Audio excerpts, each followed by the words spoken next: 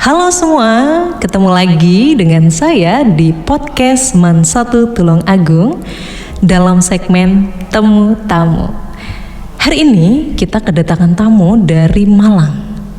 Beliau adalah seorang psikolog pendidikan, juga dosen psikologi di UIN Malang, dan psikolog di beberapa platform ya, salah satunya Arah Tumbuh, kemudian Kelas Pranikah, dan psikolog sekolah di Tursina International Islamic Boarding School dan lain-lain, saya gak ingat. Oke. Apa kabar Bu Naila? Alhamdulillah baik. Gimana nih Bu Leli juga, gimana kabarnya? Tampaknya agak serik-serik ya Bu ya? Agak deg-degan. Jadi Bu Naila ini bestie saya dulu waktu S1. Kita reuni di sini ya. Iya. Oke, Bu Naila sehat ya? Alhamdulillah sehat. Kayaknya masih 17 tahun ini ya. Oh, 17 tahun plus ya. Gimana Bu, mendarat di Tulungagung dengan sehat, masuk ke dalam atmosfer Man 1 ini rasanya kayak apa? Alhamdulillah luar biasa, Man 1 Tulungagung ya. Penghuninya ramah-ramah ya. Mulai dari stafnya tadi saya masuk udah dari Assalamualaikum, ada yang bisa dibantu satpamnya ya. Terus masuk diarahkan ke sini, luar biasa, gurunya sangat-sangat ramah. Dan tadi seru banget forumnya. Tadi saya mengisi forum ya. Gurunya pada kocak semuanya ya. Hidup sekali ya. Hidup sekali. Berarti ini sekolah ramah anak atau enggak nih kira-kira? Ramah anak tentunya. Dan ramah humanis sekali ya sekolah ini ya. Humanis sekali kalau saya lihat ya.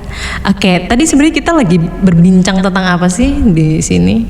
Seru sekali sepertinya ya. Seru sekali. Tadi saya bersama Bapak Ibu guru berbincang tentang need supportive teaching, Mbak Leli.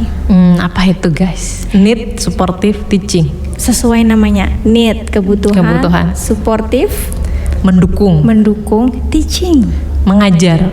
Oke, jadi cara mengajar yang dapat mendukung kebutuhan siswa, terutama kebutuhan psikologis dasar siswa. Wah, ini kurikulum itu bikin workshop ya ceritanya.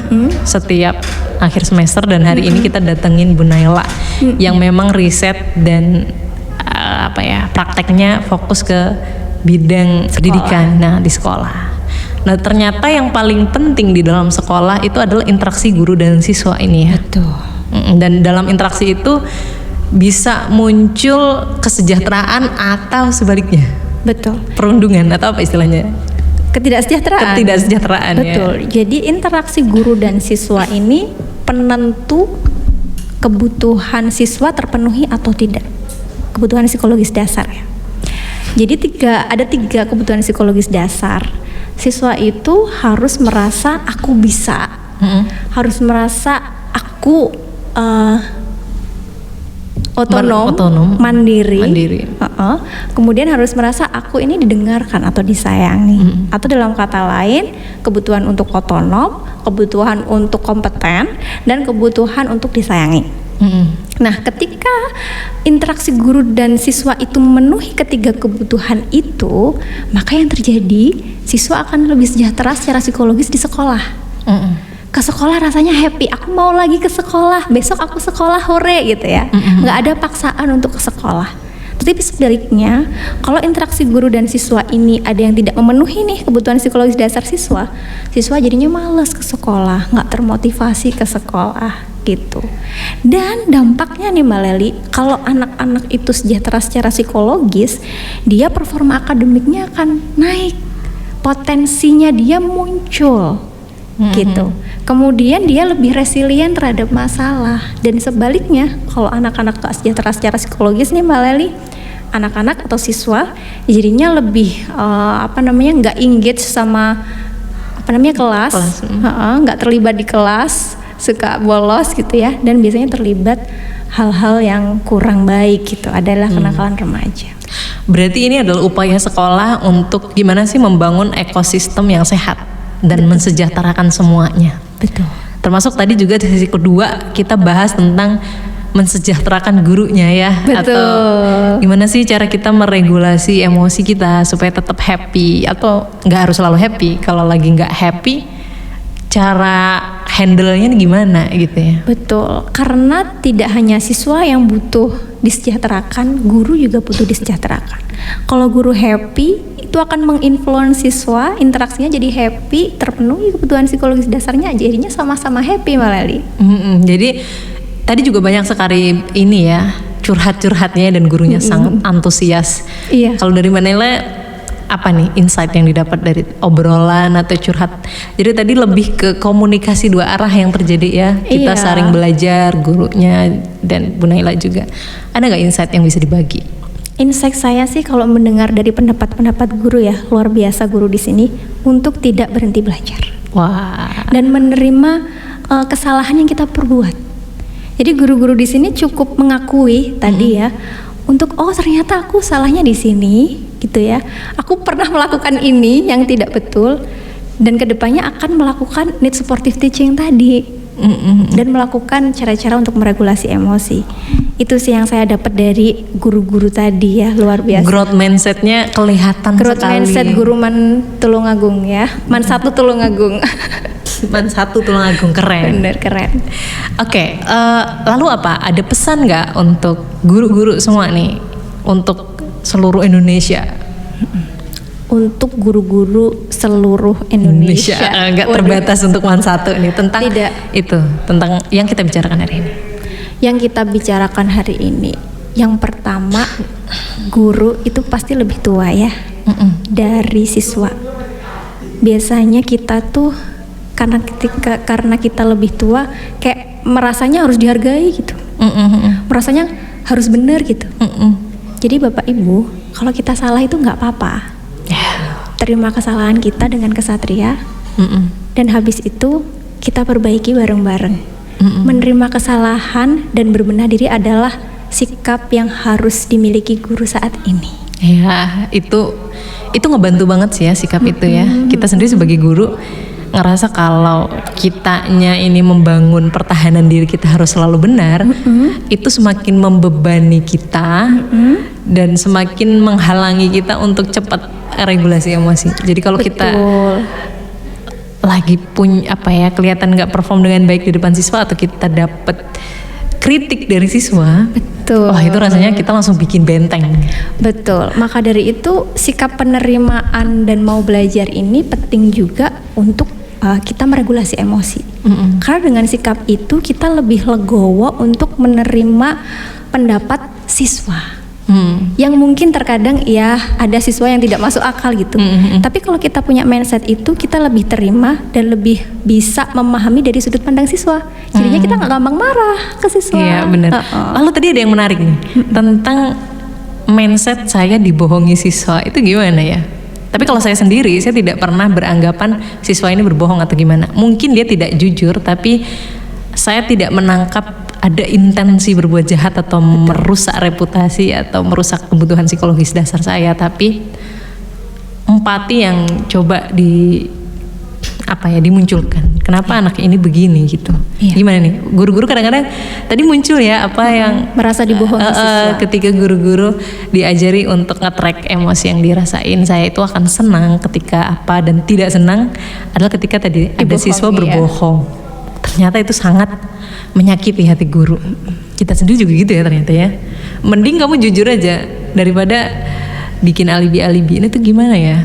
Kalau saya melihatnya begini, setiap manusia tidak hanya siswa ya. Perilaku yang muncul itu belum tentu hal itu yang terjadi. Misalnya siswa membolos, belum tentu dia malas. Karena kan kita ngelihatnya pasti malas ya, soalnya membolos. Tetapi kita harus melihat di balik itu. Kita melihat yang tidak tampak. Apa ya yang tidak tampak? Mungkin dia lelah, mungkin dia ada masalah sama temennya, mungkin di rumah dia sering dimarahin sama keluarga, mungkin di rumah dia nggak didukung buat sekolah di sini gitu barangkali. Jadi alih-alih melihat siswa itu bohong, lihatlah bohong itu sebagai gejala akar masalah yang lainnya. Di balik itu ada apa? Iya, dan framework itu kayaknya ngebantu banget ya. Framework ngelihat sesuatu itu, ini bukan karakter atau ini bukan dia, tapi ini adalah dari sesuatu yang kita nggak tahu. Either itu males ya, males nggak mau ke sekolah, kenapa dia sampai kehilangan energi itu? Malas itu kan berarti Kehilangan energi. Kenapa sampai dia kehilangan energi itu? Atau dia mencari kesenangan. Ya bisa jadi ya, atau tadi antara dia nge-freeze atau nge-fly gitu. Jadi kenapa anak ini begitu? Itu ngebantu ya? Ngebantu. Kalau dia mencari kesenangan dengan membolos, berarti ada sesuatu di sekolah barangkali. Yang itu sebenarnya yang harus ditemukan oleh guru. Bukan alih-alih bolosnya aja, tapi dibalik itu semua apa? Itu untuk membangun empati kita juga pada siswa, gitu sih Mbak Leli. Berat ya jadi guru ya? Berat banget, makanya saya standing applause ya sama guru-guru. Udahlah persoalan administratif, terus persoalan mengajar, kemudian apalagi pelatihan, pengabdian, belum lagi menangani siswa yang remaja. Remaja itu sangat menantang sekali loh guys. Iya, karena remaja itu otak emosinya lagi kuat dan otak berpikirnya masih belum jadi. Perlu distimulasi. Ibaratnya itu lagi jajar genjang, lagi kebentuk ya. Jadi sangat emosional. Jadi kalau diajak mikir kadang-kadang nggak bisa. Atau bisa tapi mesti pelan-pelan gitu ya. Harus pelan. Sebenarnya kognitif remaja itu perkembangannya sudah ada di tahap abstrak sebenarnya. Tapi kenapa tetap harus perlu arahan dan perlu stimulasi? Karena perkembangan emosinya masih belum selaras dengan perkembangan kognitifnya. Jadi pengennya apa-apa sendiri aku putuskan, tetapi dia masih belum bisa menimbang dengan benar dengan emosinya tadi. Lalu ada secara psikologis itu kebutuhan untuk membuktikan diri juga ya remaja ini, karena cari identitas diri, identitas sosial. Saya ini mampu sih, ini bisa.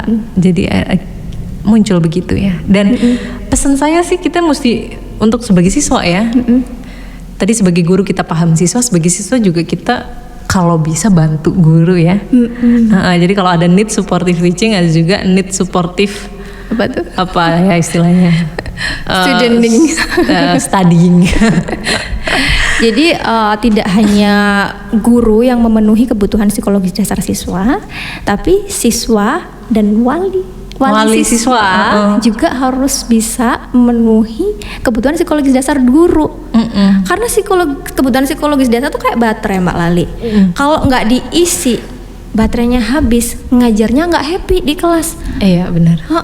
Siswanya diceramahin, dimarah-marahin terus. Tetapi kalau energinya ini diisi terus ya dengan kebutuhan psikologis dasar, mungkin yang wali siswa bisa dengan sowan ke guru, menghargai guru gitu ya. Tadi juga ada yang menarik nih.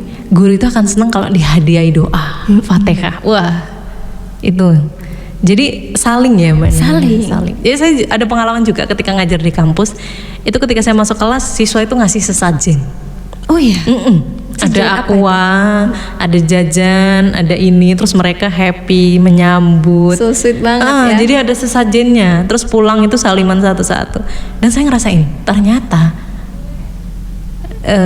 mungkin awalnya nggak sadar ya, sekarang sadar. Ternyata perlakuan saya beda loh. Dengan orang yang sudah dengan mahasiswa yang sudah dengan kelas yang nggak ada ritualnya, sama kelas yang punya sesajen dan ritualnya. Bukan berarti materialistis, tapi ternyata secara tidak sadar kita itu di-charge baterainya ya, kebutuhan psikologis dasarnya tuh terpenuhi. Betul. Jadi kalau itu terpenuhi, kita tuh bisa happy, sejahtera dan optimal ketika mengajar. Kayak mengajar. Kalau siswa ketika belajar gitu, ketika melakukan sesuatu tuh jadi optimal. Betul. Itu bisa juga tuh dilakukan sama siswa-siswa. Sehingga kalau ada siswa yang menantang, kita nggak cepet marah. Iya benar, kita jadi lembut gitu ya. Kita jadi lembut di kelas. Jadi karena guru juga manusia, siswa juga manusia, jadi kita sama-sama memenuhi kebutuhan manusiawinya itu. Betul. Intinya sih pemenuhan kebutuhan psikologis dasar adalah bagaimana kita berperilaku memanusiakan manusia ke siapapun. Guru itu juga perlu disentuh hatinya dengan dikasih perhatian ya. Sama orang tua juga bisa. Ini bisa dipraktekin ke pasangan, betul, ke anak, betul, ke apalagi ya, teman, sahabat, tetangga juga bisa. Makanya kita diajarkan ya sama Rasulullah, kalau kita punya tetangga itu kita bagi, kalau punya makanan kita berbagi, kita sapa dan lain. Itu ternyata kebutuhan psikologis dasar. Nah itu adalah perasaan merasa dihargai, dianggap ada. Iya. Dan luar biasa sekali ya ternyata itu bisa dipraktekkan ke semuanya dan kerasa ya. Kerasa banget. Kalau kita sama teman kalau nggak pernah disapa, kalau kebutuhan dasar itu nggak terpenuhi, kita juga jadi males gitu. Males nyapa. Padahal kita juga nggak pernah nyapa. Jadi kompleks ya manusia ya. Jadi saran ya untuk siswa-siswa Man 1 tuh bikin ritual gitu ya. Betul. Untuk memenuhi kebutuhan dasar guru. Tadi ya, 1, dihargai, dicintai, didengarkan. Kemudian yang kedua, merasa bisa. Itu gimana siswa ngasih perasaan bisa ke gurunya? Guru kan bisa, itu kan bisa banyak ya, bukan hanya bisa memecahkan masalah akademik ya, tetapi bisa mengajar tanpa marah. Oh iya, bisa handle kondisi kelas. Oh iya. Nah itu, siswa mungkin kalau gurunya berusaha menghandle, segera kita bantu ya. Kita bantu guru untuk menghandle yang lainnya juga. Iya gitu. Benar. Supaya guru merasa punya itu kebutuhan perasaan aku bisa ternyata ngehandle kelas ini. Itu sama juga kalau kita ngerjain soal fisika, kita dibiarin aja kita akan frustasi ya. Tapi kalau kita dibantu terus kita bisa ngerjain, kita akan punya perasaan wah ternyata gue bisa ya. Ini aku bisa. Dan perasaan aku bisa tuh nggak harus aku bisa juara 1, juara umum, nggak. Aku bisa menangani masalah-masalah kecil yang ada di kehidupan sehari-hari. Itulah namanya resilient. Sesederhana kayak kalau aku lapar di kelas, apa yang harus saya lakukan gitu ya? Wah, aku tetap berusaha untuk konsentrasi, atau aku akan izin minta waktu untuk ke kantin. Sense of wah ternyata aku bisa menyelesaikan problem. Itu ya ternyata yang penting ya. Oh ternyata aku bisa ya ngomong seperti ini ke guru, berkomunikasi asertif. Oh iya, itu penting juga tuh. Penting, bisa ya ternyata. Oke, lalu selanjutnya yang ketiga, kebutuhan untuk otonom, merdeka, yang ngerasa nggak terpaksa. Ini nih yang tadi tuh rame.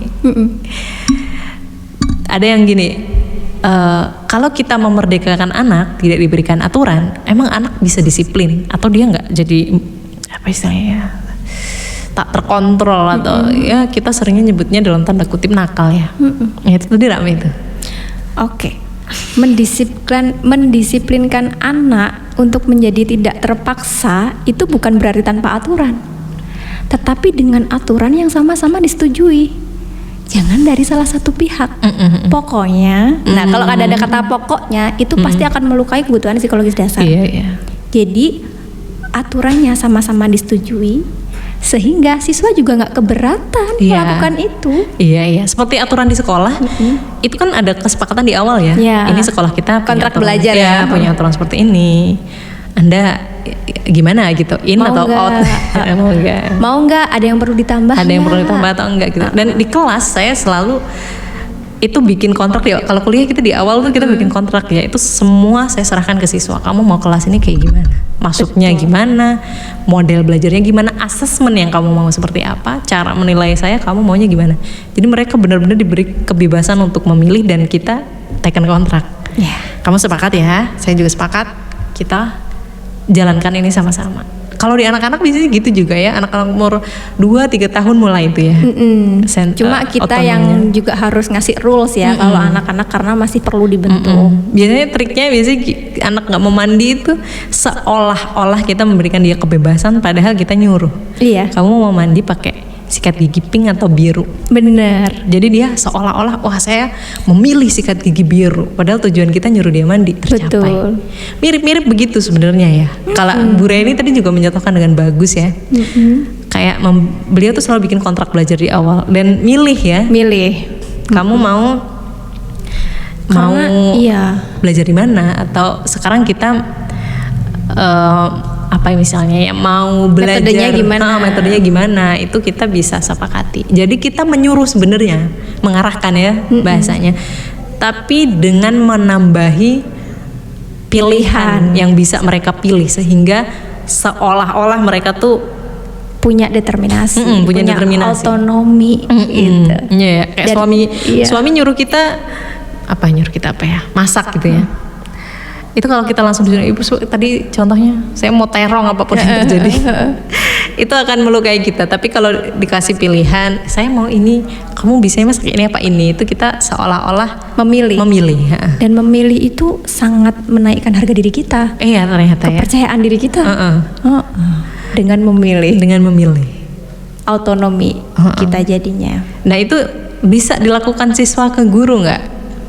Bisa aja sebenarnya untuk autonom ya, agar guru tuh nggak terpaksa masuk kelas itu kan? Iya. Gimana tuh kalau guru kan bisa dengan cara melakukan kontrak itu ya, siswa gimana? Siswa juga bisa melakukan kontrak, apalagi remaja. Remaja udah bisa berpikir realistis, abstrak. Bu, misalnya maafkan ya kemarin kami kurang baik. Kami sekarang mengajukan kontrak ini, Bu, kira-kira mau nggak ya? Wah, ada pilihan seperti ini. Bisa juga siswa. Iya. Jadi kan need supportive teaching itu tidak hanya tersentral guru ke siswa.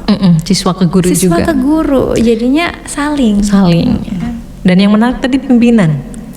Iya, pimpinan ini yang gimana? Need supportive leadership. Ya, itu.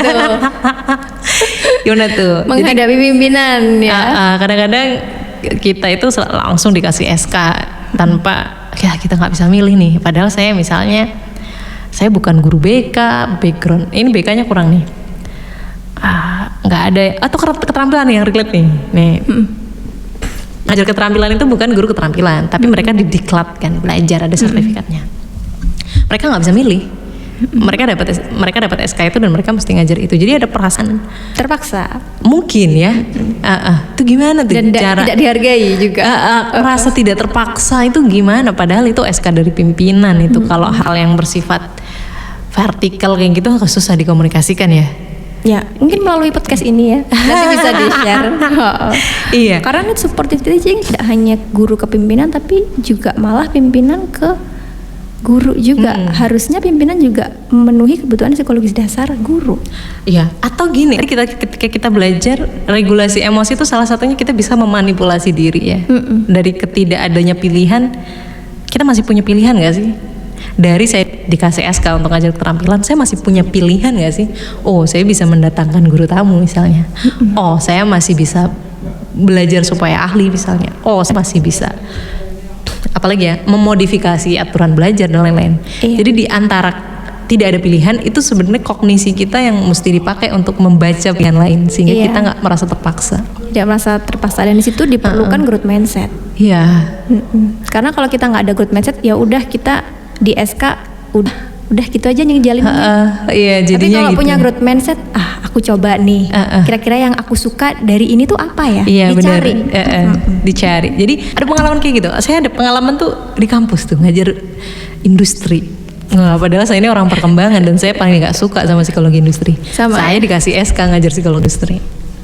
Itu merasa terpaksa awalnya. Tapi gimana caranya kita punya sumber daya mesti kita pakai untuk melihat realitas yang ada dan mengoptimalkan itu gitu ya.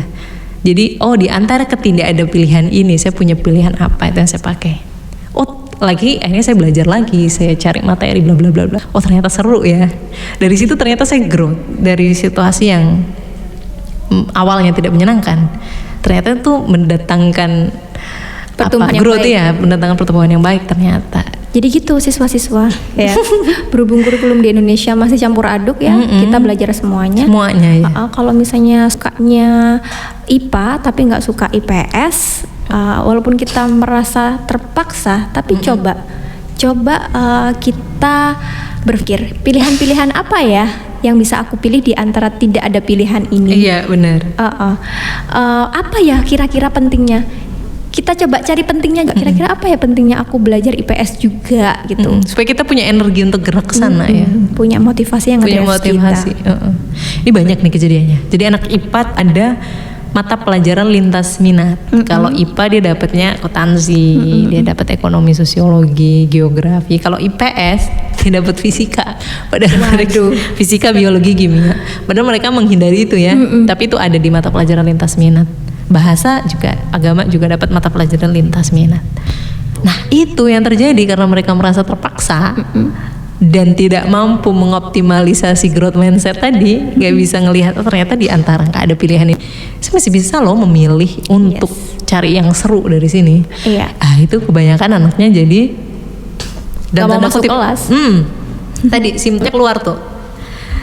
males atau nggak ngerjain tugas, nggak dengerin guru, ke kantin. Bukan salah gurunya sebenarnya ya. Ya itu. Dan juga bukan siswanya. Bukan juga salah siswanya. Siapa yang salah? Gak ada yang salah. Gak ada yang salah. Karena situasinya memang kompleks dan itu tidak bisa kita judge dengan benar atau salah. Iya, benar. Tetapi bagaimana menyesuaikan diri pada situasi itu? Yes, saya suka tuh kalimat itu. Jadi guru maupun siswa. Adaptif kata kuncinya.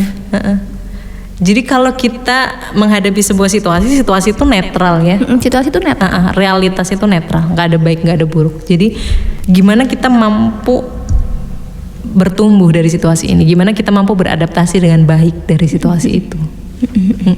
Oke, kayaknya perbincangan menarik sekali ya. Kalau diteruskan kayaknya sampai subuh nih Mbak Leli. Jam berapa ini? Jam 2. Ada lagi nggak Bu Naila yang mau disampaikan? Kayaknya itu, dan ini yang saya ulang-ulang pesannya adalah sejatinya Bapak Ibu guru menghandle siswa itu bukan itu permasalahannya, tetapi yang menantang adalah menghandle emosi kita sendiri.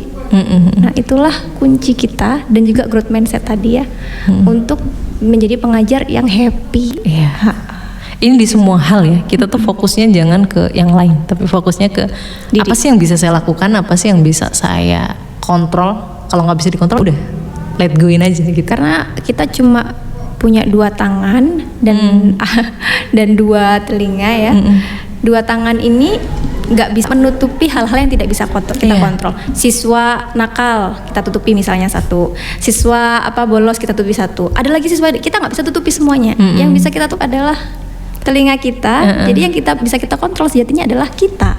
Emosi kita, pikiran kita, perilaku kita. Dan itu nanti lebih membuat kita legowo ya. Dan melihat realitas itu apa adanya. Dan muncullah penerimaan, ikhlas.